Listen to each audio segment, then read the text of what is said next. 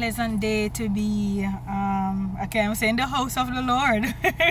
Well, this is my altar, as you are aware. Nothing's going over this, right in this seat, right over the steering wheel. I pray, me cry, me do everything right here. And this is where I normally do most of my my ways of inspiring and motivating others, and just sharing some stuff that sometimes are downloaded on me so that others could be blessed. And then what I'm coming with, the theme, as a matter of fact, for this month is living with sensitivity. Living with sensitivity, and we can all relate to that topic.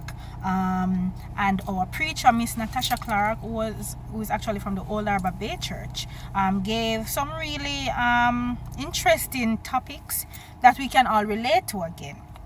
So the first one she mentioned was sensitivity to the voice of God. The second one was sensitivity to others, and the third one was sensitivity with our gifts and talents and ministries. Now, the reference text that she used was Numbers 23 verse 1 to 30, and I'm just gonna summarize what that passage is about.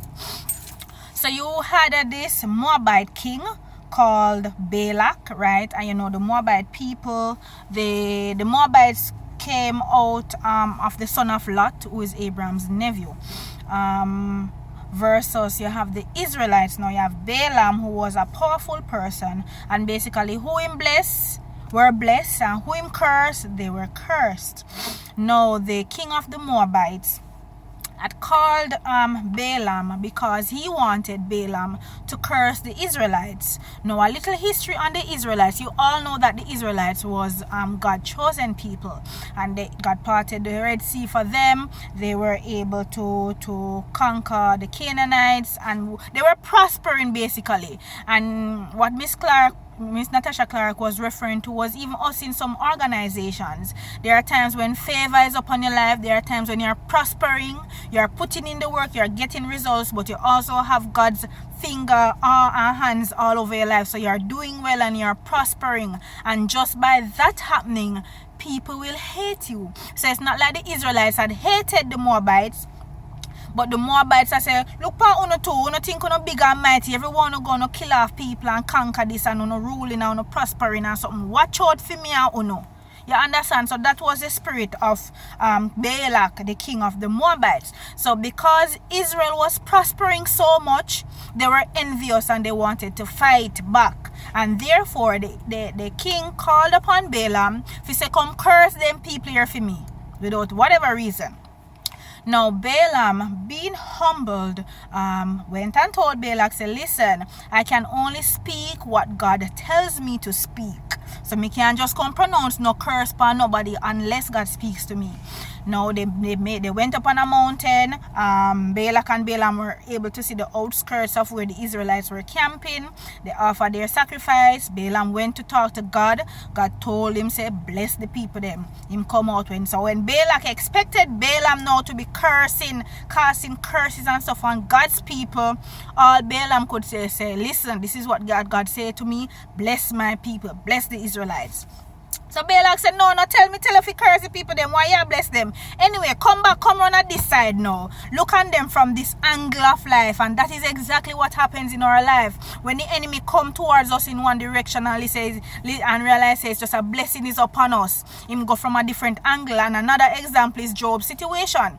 The friends were there with him for 7 days and saying nothing but what was going on in there is what Job do make him a fear suffer so. And when that didn't work, the enemy went from the angle of his wife, and the wife said, just curse God and dead now. So it is the same way now. Balak was bringing Balaam to see the Israelites from another angle and say, right, come around here, so look at them from this angle and curse them.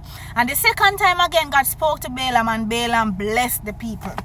And Balak was so determined to curse the Israelites. A third time he went and said, all right, make we go from this angle again.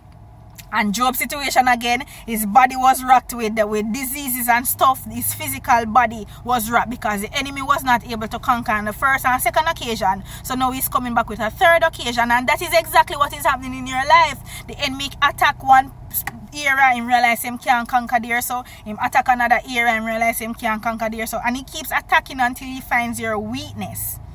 sometimes if you yield to that weakness. However, you will realize that the Israelites were still victorious, because when God's favor is upon your life, no matter which angle the enemy is coming from, he cannot win.